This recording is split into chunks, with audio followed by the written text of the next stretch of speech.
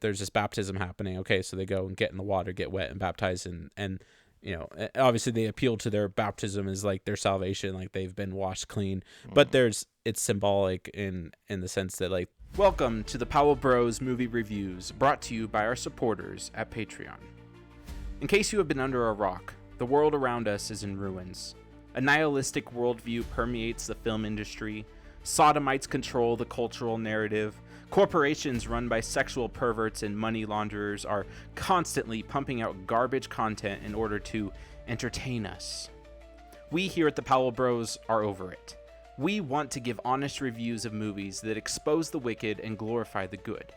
We want to find stories that have masculine male characters who slay dragons, and feminine female characters who need saving. We want stories and want to see creators who have an artistic prowess that shames and defeats our enemies. We are tired of the nihilistic moral ambiguity of modern-day entertainment, and we want stories that change people, that inspire people towards goodness, truth, and beauty. And most importantly, we want the entire entertainment industry to bow the knee to Jesus Christ, who is Lord of all. Yes, we are Christians, and we are unashamed of that. And if that bothers you, too bad. Now, if you do wish to support us in our mission, please head over to patreon.com/the Powell Bros, or follow the link in the show notes. There you will gain access to our exclusive show, the Powell Bros Mini Reviews, as well as early access to both movie chronicles and movie reviews. Now, on with the show. The Coen brothers come together to tackle an adaptation of a story that has stood the test of time. The Odyssey. How do they handle it? Is it an adaptation worthy of such a story? Do they capture the magic of the Odyssey? Well, this movie, though ridiculous at times, deals with a lot of themes that we like to discuss on this podcast. And so, come and join us as we join our heroes on their journey home to find glory and redemption. I hope you enjoy this episode as we review Oh Brother, Where Art Thou? Welcome to the Powell Bros movie reviews, where we review movies, and we do it once a month now. We used to do it weekly, but we've kind of changed things around, where we're kind of doing a movie night when we set some time aside to watch a movie and review it more in depth in a hour-long episode. Sometimes even longer than that, but we try to keep it within under an hour. But yeah. We're here another week. We're making our way through the second season still. We still have our top 10 each films that we are unpacking and delving into. Last one was The Prisoners, and now we have another great one for you this week. Tobiah, I am one of your hosts, Trent Powell. I'm joined by my other host, Tobiah Powell. Tobiah, how you doing? And what movie are we watching? I'm doing good. Yeah, this is exciting.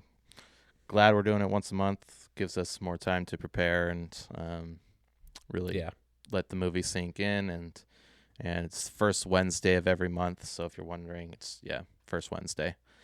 And we're reviewing Oh Brother, Where Art Thou? Coen Brothers movie based on the Odyssey. Pretty heavy hitter here. Totally. Yeah. Yeah, Tobiah, this was my pick, one of my favorite movies, and after watching it again, it still is one of my favorite movies. It might even be higher on the list. We'll talk about that when we get there. And Tobiah, what did you think of this film as you watched it again? I've seen this movie many, many times. I really do enjoy this movie. It's hilarious. It's very genius in a lot of ways. My biggest confession here is I've not read The Odyssey. It's on my book list to read this year. I'm sorry if that hinders this movie for me at all, which I think it does. I do want to read it and see if it makes this movie better for me. I do plan to read it this year. It's on my book list. I have the book and prepared to read it this year, but I have not read it yet. And there's just some little things in this movie that kind of make it like, I don't think it's great movie that it's like in my top 10. But yeah, we can kind of work through that later. Still an enjoyable movie. Still hilarious. It's, yeah. We thought you was a toad. Oh, George, not the livestock. Oh, we're in a tight spot. Oh, we're in a tight spot. We're in a tight spot. All right, we're gonna try it. Like our Napoleon Dynamite episode. We'll probably just be quoting the movie the whole time. But this is just another hilarious movie. Oh, George, not the livestock. No, the last. Well, it's just even funnier when you read the Odyssey and think about even that scene. Oh, really? Yeah. I'll get into that later, but it's just awesome.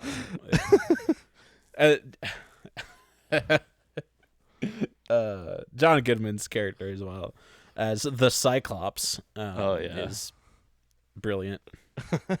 He's a Bible salesman, but he's like a con man, pretty much, and he's he crushes one of them because they turn into a toad. The Cyclops in the Odyssey eats Odysseus's friends, companions. So I wish John Goodman would have eaten the frog. It would have been even better. But anyways, it's what it is. Crushing him it makes sense. It's fine. It works. Yeah. Sorry. So those are your thoughts, Tobiah. Yeah. Cool. Yeah. What Brother Art Thou? We watched this a lot when we were younger. I think it was one of our dad's favorite movies, and kind of stuck with me as like, man, this is just a fun, hilarious, good story film. And it's just like it's just one that I just love sitting down to watch. I could watch over and over again, which I can't say. Even with a lot of movies on my list, like I wouldn't probably say I enjoy watching over and over again. I mean, sort of like I think because a lot of movies are just long. This one's not that long, and sort of. I mean, it's got a little bit of length to it, but not as long as other movies. And actually, I don't remember how long it is. But anyways, so "O Brother Where Art Thou" came out. Oh, also another 2000 film. Came out in the year 2000, which is like the third movie on my list that came out in the year 2000, unintentionally, with Gladiator and the Patriot. So apparently, I like movies that came out in 2000 when I was 4. So there's that. But this is directed by not just one, but 2 brothers, Joel and Ethan Coen. We actually do like the Coen brothers a lot because, Tobiah, how many other films do we have that were directed by the Coen brothers on this season? 3 total. Coming up. What? We have 3 total, right? Yeah. So 2 more are coming up. Yeah. We have True Grit, which was your pick, right? Yeah. And then I picked No Country for Old Men. So so we got 3 Coen brothers movies coming up on this long season that we've expanded to be pretty long. We've got 2 more coming after this. So we like the Coen brothers. We are the Powell brothers, Powell bros. We like these brothers. This movie has a lot of brothers in the Deep South in this this movie. Powell brothers, the Coen brothers, the brothers. "O Brother, Where Art Thou?" This is loosely based on Homer's long poem called The Odyssey. It's set in the Deep South during the Great Depression. The story follows 3 escaped convicts. We got Ulysses Everett McGill, played by George Clooney. We got Pete Hogwallop by John Turborough. And we got Delmar O'Donnell, played by Tim Blake Nelson. So Everett is, he's a smooth talking but somewhat unreliable character. He convinces his fellow inmates, because they're, like I said, they're in prison. They convince them to escape from prison or to search for a supposed treasure that has been buried. That was buried before Ulysses's incarceration. So the trio journeys seeking to find this treasure. It mirrors a lot of the adventures of Odysseus, as they encounter some very quirky and quirky characters and deal with a lot of perilous situations, all while being pursued by the law. So like, I mean, in the story of Odysseus, a lot of it is really the gods that are pursuing him. So you have Zeus, who's kind of antagonistic towards him, and then Poseidon especially is antagonistic towards Odysseus. In the movie, this is kind of laying my cards out as far as how I understand this film, but the sheriff that's going after them kind of represents the devil in a sense. So maybe you can say like Hades, sort of, even though Hades doesn't really play much of a role. I mean, kind of, he literally go to Hades in Odysseus, in the Odyssey a lot. Anyways, that's getting way too much into the roots. But anyways, they're being chased by Sheriff Cooley as he's looking, to arrest these escaped convicts. And the difference here is that Ulysses, George Clooney's character, I think he goes by Everett throughout most of the film. The name Ulysses is literally a Latin for Odysseus, so that's where they get the name. So this is Odysseus. There's a clear difference between the characters. Ulysses isn't a war hero. So the Odyssey follows Odysseus as he's a hero in the Trojan War who's was a victorious war hero essentially following the Trojan War, and it's about his journey as he makes his way home to be with his wife, and his home. He goes back to his homeland where he's kind of like a king, but back home his property is being overtaken by these men that are seeking to get in bed with his wife essentially and take over his inheritance. His wife thinks that he's probably dead. All these men, they call them suitors. They're suitors for his inheritance. They can, if they marry his wife, then they can become, they can inherit his property, his homeland, his name, and all his flocks and livestock and so forth. So they're at home trying to seduce his wife, trying to win her over, and he's not dead, and he's trying to make his way home, but the gods are preventing that from happening, and he goes through a whole journey where he's fighting against all kinds of different creatures and monsters and all these things, so on and so forth, and the story is about him making his way home to reclaim his homeland. Same thing with Ulysses, sort of, except for he's a convicted felon. Though he didn't do anything like murder someone. He literally just lied about a license. He didn't have the license to practice law, and he lied and said he did, and got caught. So he's a liar, which Odysseus also has a lying problem in the story of the Odyssey. So there are similarities there. Like Odysseus does lie and cheat his way through a lot of scenarios, situations, similar to Ulysses. So anyways, that's basically it. Like, we're following Ulysses and his companions in this story as they meet all kinds of wacky characters, like a Cyclops in John Goodman, who has one eye. He has an eye patch. He's a Bible salesman. And he's literally one of his in the story of the Odyssey, pretty much most of his friends get eaten by the Cyclops, and he barely escapes. This one of his friends turns into a frog, supposedly, and then gets crushed by the Cyclops, and so forth. So, yeah. And also, like, music is a pretty prominent thing in this movie. First off, soundtrack, 10 out of 10, incredible. I love the sound. I've been listening to it like a lot. But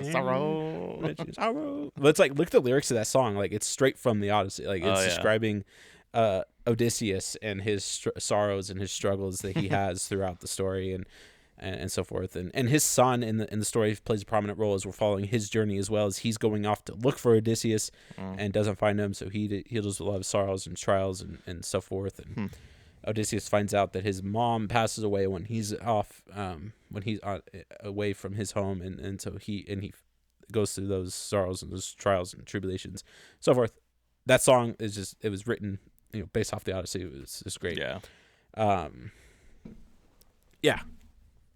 They happen to, find their way into a recording studio, and they happen to be really talented musicians, and they record a song that and the only reason they get to do it is because they pretend that they're black, but then they tell them that no, they're actually not black, but our friend is black, but no, he's not black. And it's just, they have another companion that comes on. He's like the bard in the story of the Odyssey. Though, there's a character that pretty much plays music a lot throughout the story in the Odyssey. It's pretty much, what's his name? I can't remember. I don't know. I just remember the scene. He's like, "Oh, brother, you sold your everlasting soul to the devil?" He's like, "Well, I wasn't using it." I wasn't using it. It's so great. Yep, I've been sold my soul to the devil.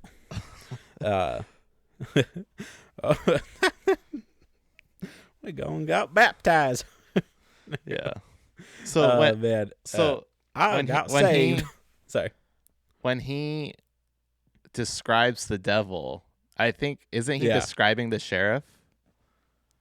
Yeah. Essentially. Yeah. Well, no, he actually is. Yeah, they're referring to the sheriff because we find out later on that during that scene where with the KKK when he's going to get hung, I can't remember.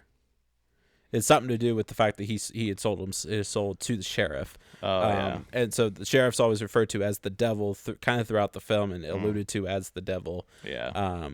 He's the law is catching up with them, but it's judgment catching up somewhat, sort of. Yeah. But it's Satan claiming, you guys belong to me, so he's seeking to claim them. But in the story, I think there's a spiritual battle somewhat where especially with Ulysses' character, where he's like, "Oh, that's all superstition and whack magic. Like I don't want anything to do with that. I'm a simple man. And I understand the world in a simple way. I'm not all about that superstition and stuff and religion. And so he's like struggling with that, and he has crisis of faith throughout the film, and he's working through whether or not whereas audience try to figure out what he does believe and so forth. And this devil's coming after him, but his friends got saved and they're baptized, and so where's he at? Where's he standing? And then we'll get to the ending later, because that's, I think the ending can be left up to interpretation in a lot of ways as far as how we should understand it and could understand it. And I have my theories and ideas, but essentially, he sold his soul to the sheriff, and of course, and then his friends come and save him from the devil when he's about to get hung by the KKK, and so there's rescued out of hell. That whole KKK scene is literally basically Odysseus's time spent in Hades, in hell, which happens in the story. It's similar, and where he's trying to rescue his friends and so forth, and so it's all great. It's interesting. Yeah. So one of my big concerns or issues. Tommy Johnson. Sorry, Tommy Johnson is the black guy's name. So Tommy. Oh, okay. Yeah. So I feel like our main protagonist, Ulysses, is that his name? Everett. He, his motivation through going on this journey isn't very well earned, because we know that he's a liar and a criminal, and yet we're supposed to have pity for him as he's trying to get back home to his family, because his wife is now going to be marrying this guy, and so he's bona fide. You forget to buy. He's bona fide. Bona fide. uh, How you doing, Bonafide? you're not bona fide. He's bona fide. um, so I think that there's not enough there for us to like really want him to like get home. I don't know if there's like, do you think like are we supposed to like really be rooting for him? Because throughout the entire movie, every time you're just like, yeah, this guy's an absolute scoundrel. Like, he doesn't deserve his wife. He's a loser, and yeah. No, that's a great point, and I do agree. Like, he is a scoundrel. He's a liar, and they make it very clear. It's like, dude, this dude will cheat to get whatever he wants, and he has received the consequences of his actions. He was imprisoned. He did lose his wife. Another man is winning her over. Another man who is bona fide, and he is working through what I think is he's working through repentance throughout the film.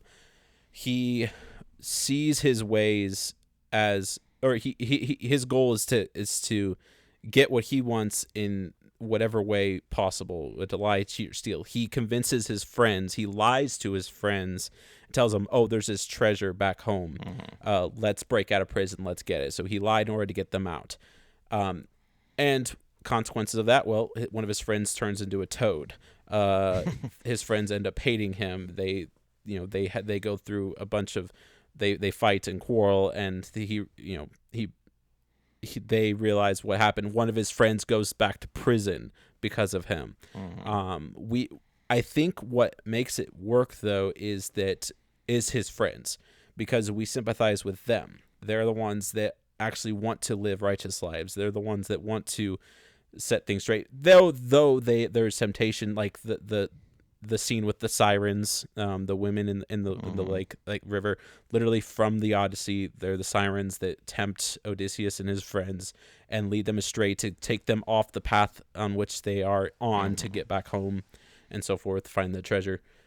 I think they help provide a good contrast for Odysseus' character as they're working through, we want to be saved. We want to live the righteous life. We want to do the right thing. Though they make wrong choices, they go rob a bank. They still cheat and steal. But there's a conflict there. There's a moral conflict that they wrestle with and they work through throughout the film. And I think you see a change in them, and that kind of contrasts well with Odysseus' character, Ulysses' character, as he realizes that he's been a failure as a man, as a father, as a husband. When he sees his daughters, like you see his love for those girls, you see his desire for them. Yes, he's a liar, he's a cheat, he steals and does whatever he needs to get his way. But when it comes to his family, I think that his family and his motivation for his family is what's changing him and what's causing him to live the righteous life and to show his wife that he can be the man that she deserves. He can be the man that does the right thing. So like throughout the film, yeah, he's an awful guy, and we don't really we know that as the audience. We contrast his character with his friends, and we see the lives they're trying to live, and then the consequences of his actions that affect his friends, as one of them turns into a toad, one of them goes to prison. But you have you have glimpses of character growth in Ulysses' character throughout the film, like with the KKK scene. Is like he sacrifices himself to go into hell to rescue Tommy Johnson, to rescue his friend. For what reason? Oh, because this is wrong. What's happening? This is, we need to rescue this man from the devil. So let's go into hell and let's get him out.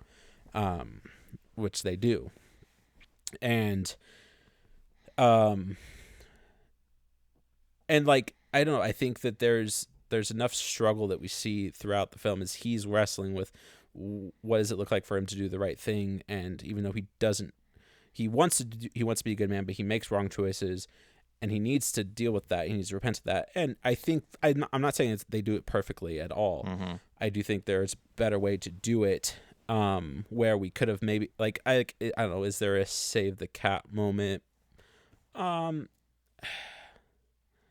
I don't know. Probably not. As far as like early on in the film, Mm-mm. but but I think because because of his friends and because the contrast we have with these characters and the I think the arc that we see in Ulysses's character helps us sympathize more with him as a human being, as a sinner, as one who makes wrong choices, Mm-hmm. who lies, cheats, and steals to get what he wants. But his desire for his wife, his heart, like he has right desires, they're just wrongly acted upon, I guess. Mm-hmm. So, Yeah. in order to get home to his wife, he lies to his friends, Mm-hmm. and he breaks out of prison. So he does the wrong thing out of a love for home and hearth, a Mm-hmm. home and his people and his daughters. Yeah. So yeah, I don't know. Like that's kind of a long-winded answer, but I think that's how I kind of perceived it. It's like, no, there's a progress here that I see in his character Yeah. as he makes his way throughout this journey, this quest that he goes on. Yeah. Yeah. So I also feel like another issue I had is I feel like probably because it's adapted from a book, I feel like the pacing is off.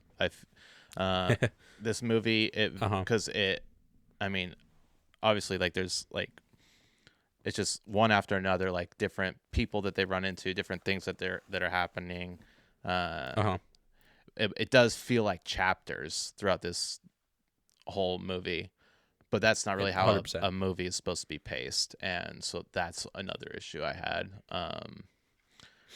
I would say a little more minor because I mean, you can watch it and just like kind of view it as chapters, and that's kind of how I view it. Is it's just a bunch of chapters, and I'm sure it's because it's adapted from a book. I feel like, but I do feel like the pacing could have been done a little better. Mm-hmm. Maybe not Yeah. because it was adapted from a book. Like they probably would have had to changed a lot. So I don't know. Hmm. Yeah, I don't know. I think I had less of an issue with the pacing. I watched it before I even read the book. I mean, again, like I'm aware of the story. I think I read it back in like junior high or high school. I don't know. I've read it before. I have various understanding of the story going into it, and then I read the Odyssey after watching it, and then that kind of helped me put a lot of pieces together. So watching it without even having read the book in my adult life, like I didn't have really much issues. I knew that it is a journey that he's going on, and he's going through different scenarios and meeting different quirky characters and so forth. Yes, it is a lot like the book, and that it is like chapters, like like the characters are going from place to place, dealing with issue upon issue and so forth.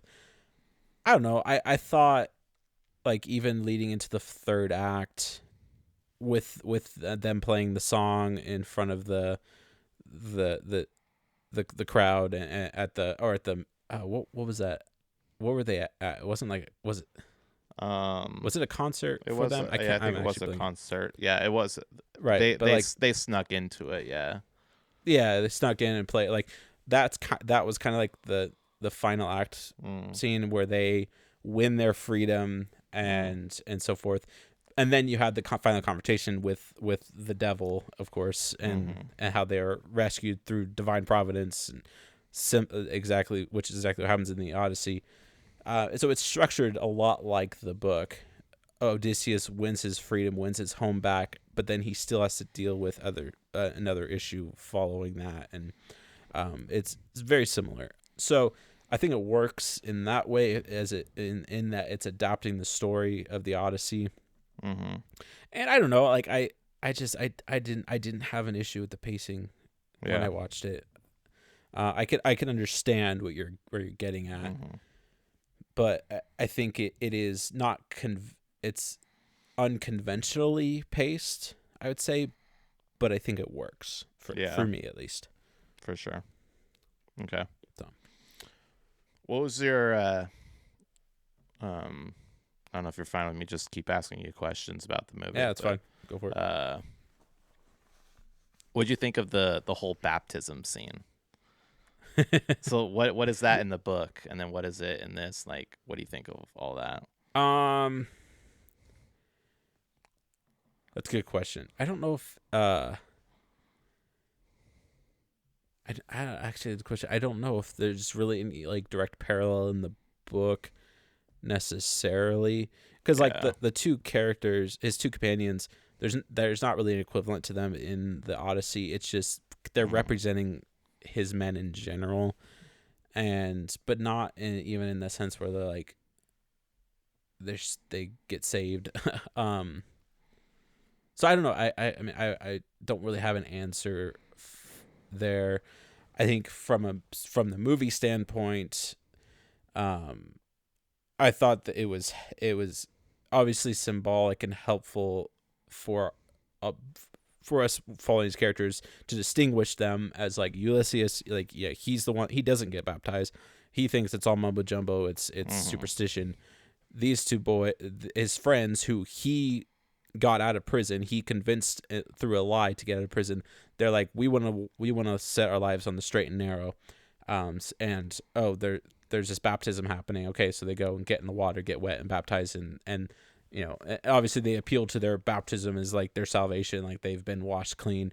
But it's symbolic in the sense that like there's a change in them. They're and maybe you can say it is like from like the Coen brothers might be saying that this is just like is a superstitious thing where like, oh, they got wet, so now they think that everything's all right with their lives, right. And they're set on the straight and narrow, and like the superstition of religion, maybe, like, I don't know. But I think they still, by the end of the film, that's not what I got out of it. What I got out of it was like, no, there was a baptism, and Ulysses is the one that goes through that baptism in the end, when he literally gets wet, gets baptized through divine intervention, essentially, and so forth. So, yeah. Anyways, and then there's the very final scene with the cow and stuff, which we'll get to. Because so like the movie starts off with an oracle, a man on the train tracks. He's a blind man, and he gives a prophecy saying that they're gonna see a cow on you'll see a cow on top of a roof or something like that. I can't remember exactly what he said, but it was like prophesying like kind of their adventure and their story, and that of course all happens and so forth. So I don't know. I don't know. What do you think about the whole baptism scene stuff?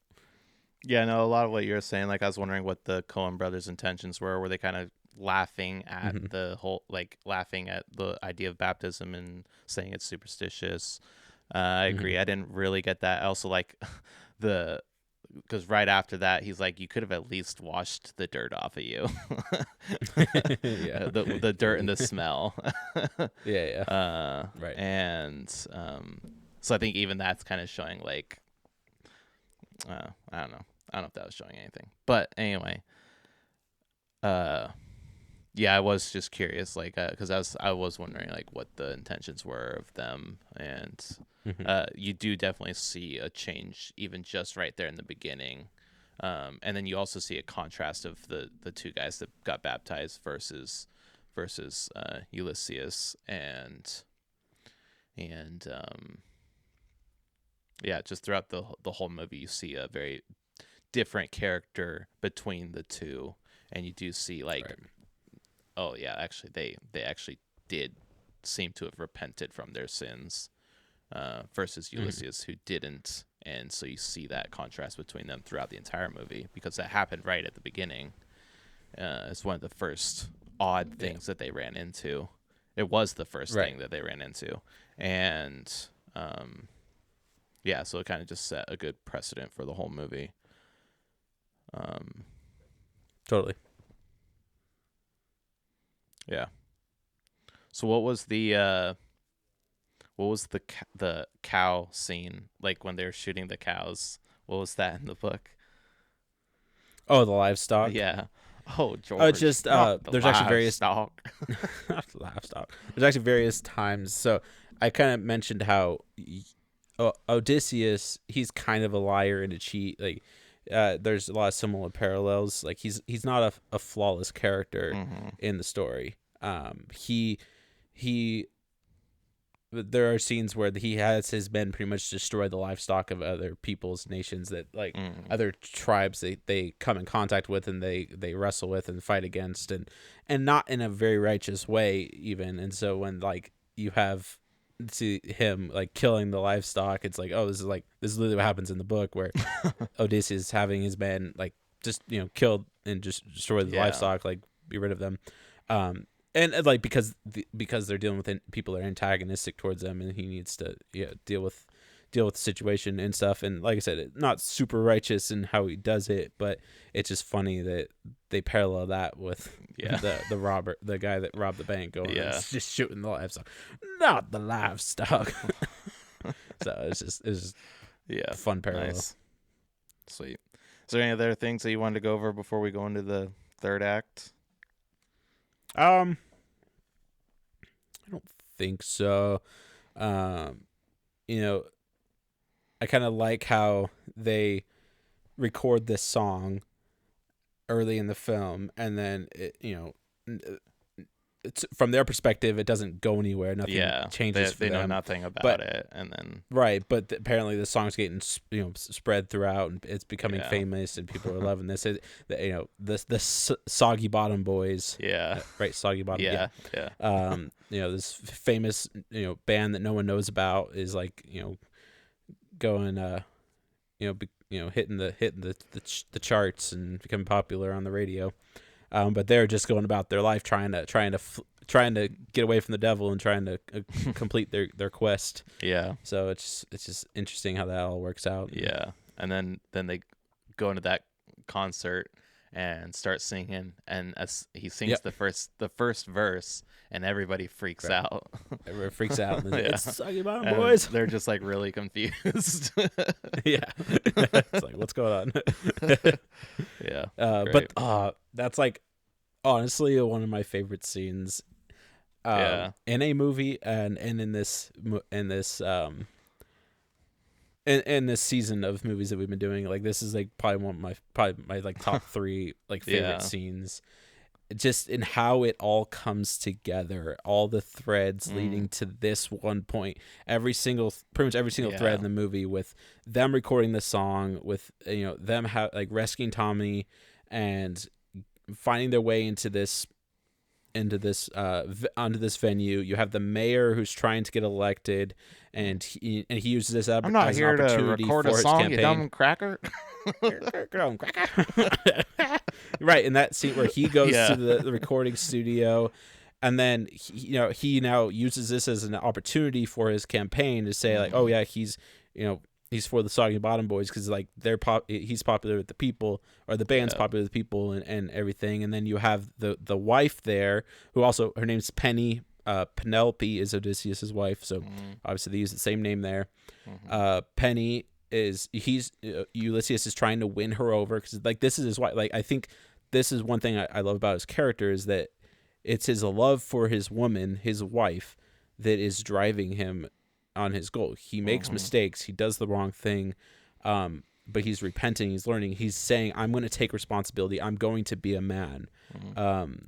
And it leads up to this scene where they get up there and sing, and he does win. And in that moment, he wins over his wife, and you have the bona fide suitor. The man is trying to win her over. He's there as well, and they play the song. Everyone goes crazy, and they love it, and it's a big hit. And then the mayor pardons them, gives them freedom in that moment. So everything's led up to that. They get their freedom. He gets the girl, and they go free. He's won they've completed their quest. They're completing their task. And I think there's not like I would say like where things could have been better is like there's not like a clear repentance here. But there is a like he is showing his wife that he's going to do what he needs to do to win her over, and he does.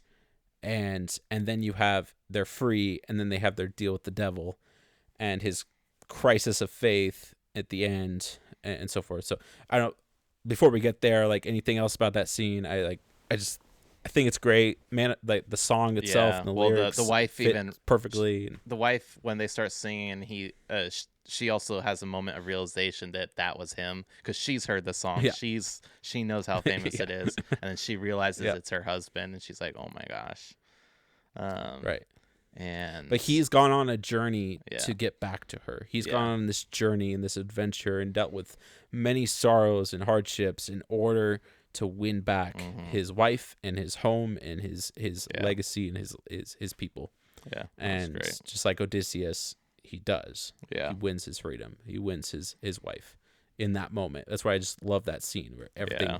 culminates and comes together so well in a way that you're not expecting. Like the fact that they sneak into this place and get up on stage, put on some beards, and play this Yeah. song, like that was the hero moment. And I was Yeah. like, wow, that was incredible. Like how it all came together. So Yeah. I love it. Yeah.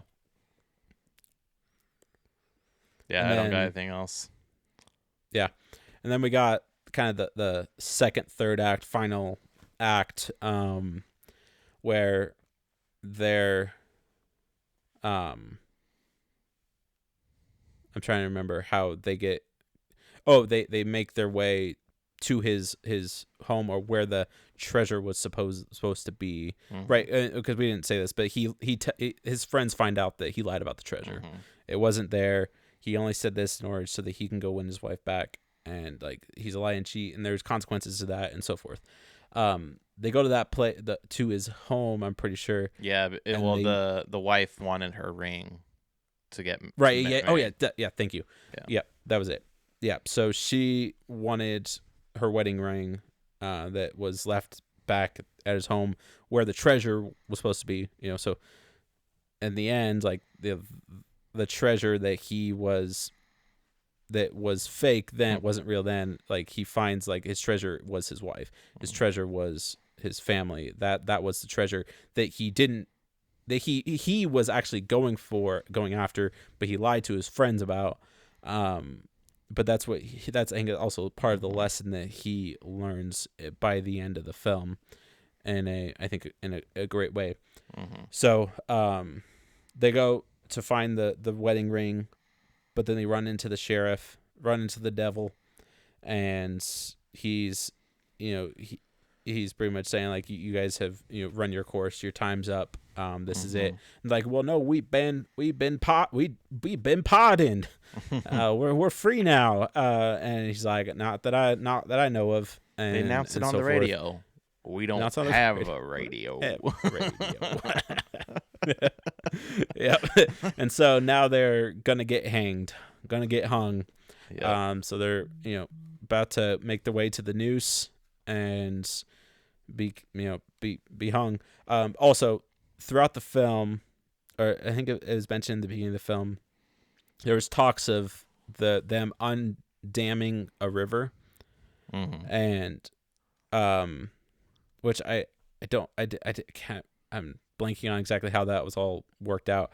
Basically, there was a river that they've been talking about undamming, to let it let the river flow through the valley, or something, and then this is the moment that happens, and there was like reference throughout the film and so forth, and now it's like as they're about to be hung, they're about to die, the river runs through this little valley where they're at, and washes them away and defeats the devil, the sheriff, and all the things, everything, and then that's when they win their final freedom, because they've been freed from the law, but the devil's still hunting them down, and then through, I would say, divine intervention, Though you could say, well, no, it's just a natural thing. Like it was already they've been planning on doing this. Like the river was going to get undammed, and they kind of knew this.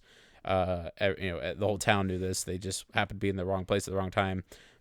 Whatever. I think the point is this is like the story of the Odyssey. It's a divine thing that's happening. The gods are doing this to rescue Odysseus or Ulysses. That was our moment of repentance for Ulysses, because he he got down on his knees and prayed and repented and was he was literally like confessing to God about all the wrong things that he had done, and and then right after that the water came in and took out the devil. Yeah, exactly. He in the face of death, which that is what it took, he had won his wife, but he was still stubborn. He still needed that moment of repentance, and when he was faced with death is when he decided he's going to live the right life. And then the river comes through, washes him away. He gets baptized after his repentance. Okay.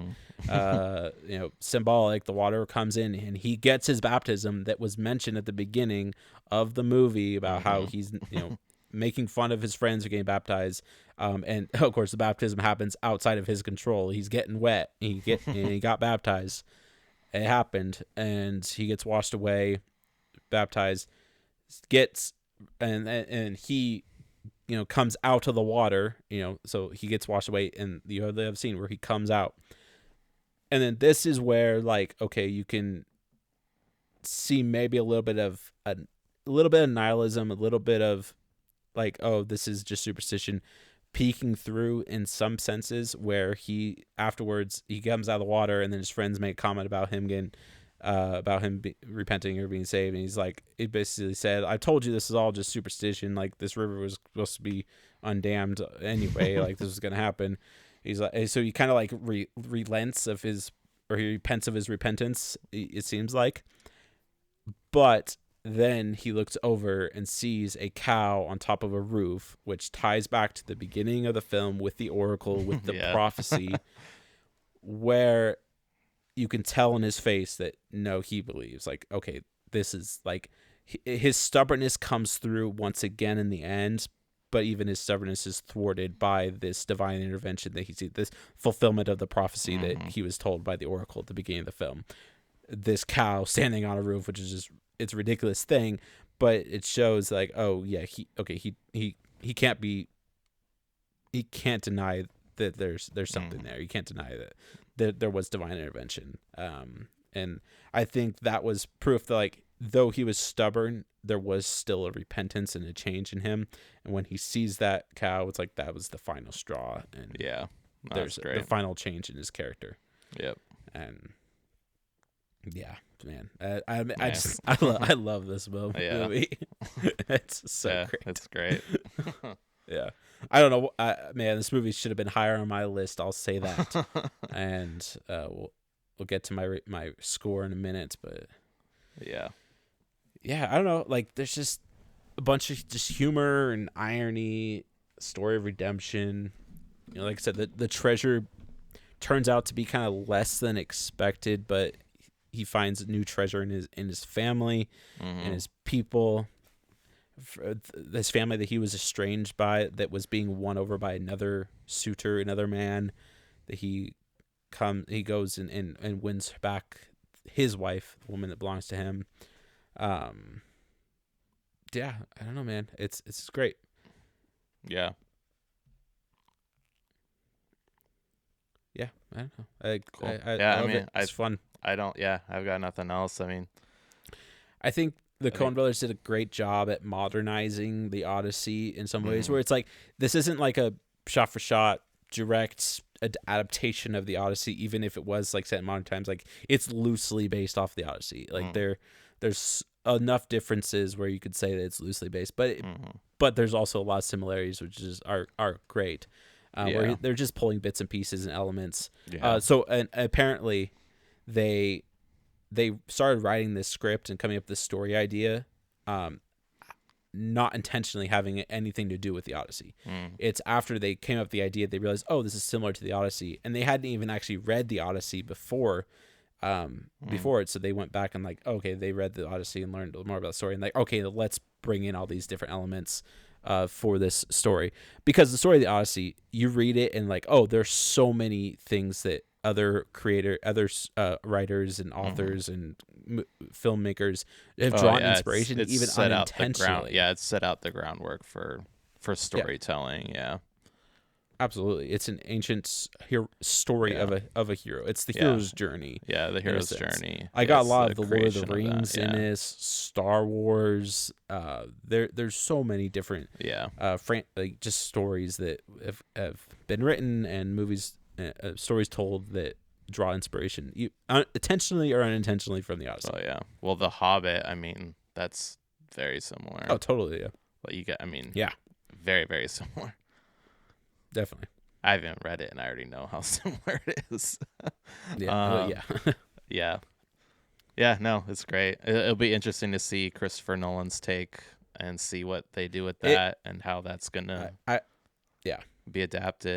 I thought about that a lot. As far as like, man, how would I adapt this? And especially if you set out saying I'm adapting the Odyssey versus this, which is like you said, they kind of wrote it and then they were like, oh, it's similar, so let's make it. Definitely cool. And it'll be interesting. I'm assuming Matt Damon's probably gonna play Odysseus, which I'm not a big fan of Matt Damon. The Bourne movies are fun, but I don't know. I'm not sure he's gonna be a good pick, and that's just I'm assuming. I don't know. Tom Holland's definitely gonna play Odysseus's son. I think that's just like perfect fit for him. I don't know who Zendaya is gonna play, and I don't know. That's interesting. Who else? But I think it could be really good. It'll be interesting to see how they do it, because how the story's written, you can't just go shot for shot and make a movie about it. And there's a lot you're going to have to leave out because it's pretty long. So it'll be really interesting to see where they go and how Nolan handles it. I'm excited. It'll be good. Yeah, hopefully. For sure. Cool. You ready to rate this?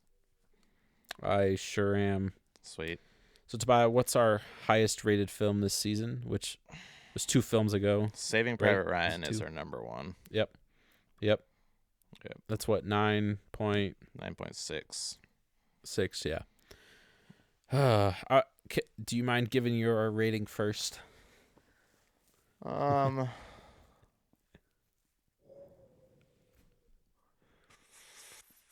struggling with it because I don't have very many problems with it. I get your concerns. I get that there's a pacing problem. I just overall, I don't know. I think it's a solid, well put together. And no, I don't know. It's fun. I think it's definitely higher up now that we've talked about it, and than it was originally before making our lists. It's sitting. Man, say it 9. 9 flat, yeah. Yeah. I'm glad you gave it a 9. I think that's great. I'm thinking more like a 9.3. If I'm being honest, if we're gonna have Saving Private Ryan at 9.6, and I'm just being fair to this movie and how I feel about it, 9.3 is where I'd have it. So I don't know. What do you want to do? 9.1 or 9.2? 9.2 is good. 9.2. Yeah. I think it's We can do 9.2. It's solid.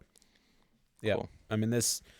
Yeah. After watching it again, this definitely jumped up higher on my list. Like, it's not the best movie in the world. It's just a personal favorite and a personal movie, a movie that I personally enjoy. And it made me want to watch more Coen Brother movies. There's a Nicolas Cage Coen Brothers movies, which is one of like Nicolas Cage's first movies, called Arizona Baby or something. I haven't seen that one. Saving Arizona or I don't know, something in Arizona. I want to watch that. It's just like looking at some of their older films, and then Yeah. I don't know. I just think they're brilliant storytellers and directors, and I don't know. I think that I just want to study more of their films and learn from them. We got True Grit coming up. That one's a fun one, and then No Country for Old Men. I'm really excited about that one. Yeah, just watching it again and unpacking it. So especially after this one. So, Oh Brother Where Art Thou, 9.2, solid film. So Raising Arizona. Sorry, Raising Arizona was their second. Raising movie, Arizona, actually. Okay, yeah. That's really early in their filmography, but yeah, Definitely. 9.2. It's great. Yep. Yeah. That's Oh Brother Where Art Thou. Cool. Yeah. Our next movie is Karate Kid, 2010. Karate Kid, 2010 version. Yep. We got 6 movies left, so 6 more months, and then we'll announce our next season. And yeah, it's gonna be fun. Karate Kid 2010 next. I'm excited to do that. Watch it. We'll talk about it. Yep. Look forward to it. For sure. Cool. Well. Oh, also, you need to watch. Okay, and I have a requirement or a suggestion. You should watch the first Karate Kid as well. I'm gonna do that at least, just to compare, and because I do think that'd be a fun discussion to add to it. We don't, if you don't have time, that's fine. But if you do have time, watch the first Karate. I'm definitely doing. I watched it once and had no interest in ever watching it again. Why? Because it's like okay. We need to finish this up. Okay, we'll talk about it. In my opinion, it was so poorly made. Like it was just so poorly made. Okay. Yeah. It's been a long time since I've seen it. I'll say that. So I don't know. I mean, it was old, yeah. So is that the only reason it was poorly made? Maybe. But it just seems so cheap. Like just a cheap movie. I'm like, ugh, this. Okay. Everything just seemed so cheap. Well, I mean, okay. Hold on. The Karate Kid that big of a budget. Well, yeah, no, I'm sure they didn't. But I don't like watching low budget movies that suck. Like you got to have good quality. Okay, fine. Yeah. Okay. Let's finish this off. All right. Thank you guys for listening. Tobiah, you want to close this out? Yeah, sure. Yeah. Thank you guys for listening. Hope you enjoyed this review of Oh Brother, Where Art Thou? The Coen Brothers movie from 2000. And yeah, it's a good one.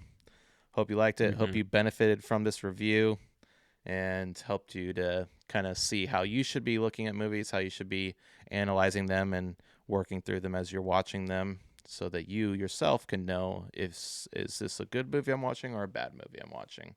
And yeah, that's what we're here to do. We're here to offer a service to help you and help you analyze what you're consuming and what you're feeding your soul. This is something you are consuming, so something that's going into your body and even deeper into your soul. So yeah, remember to glorify God and watch good movies. We're out. See you next time. Bye. Bye-bye.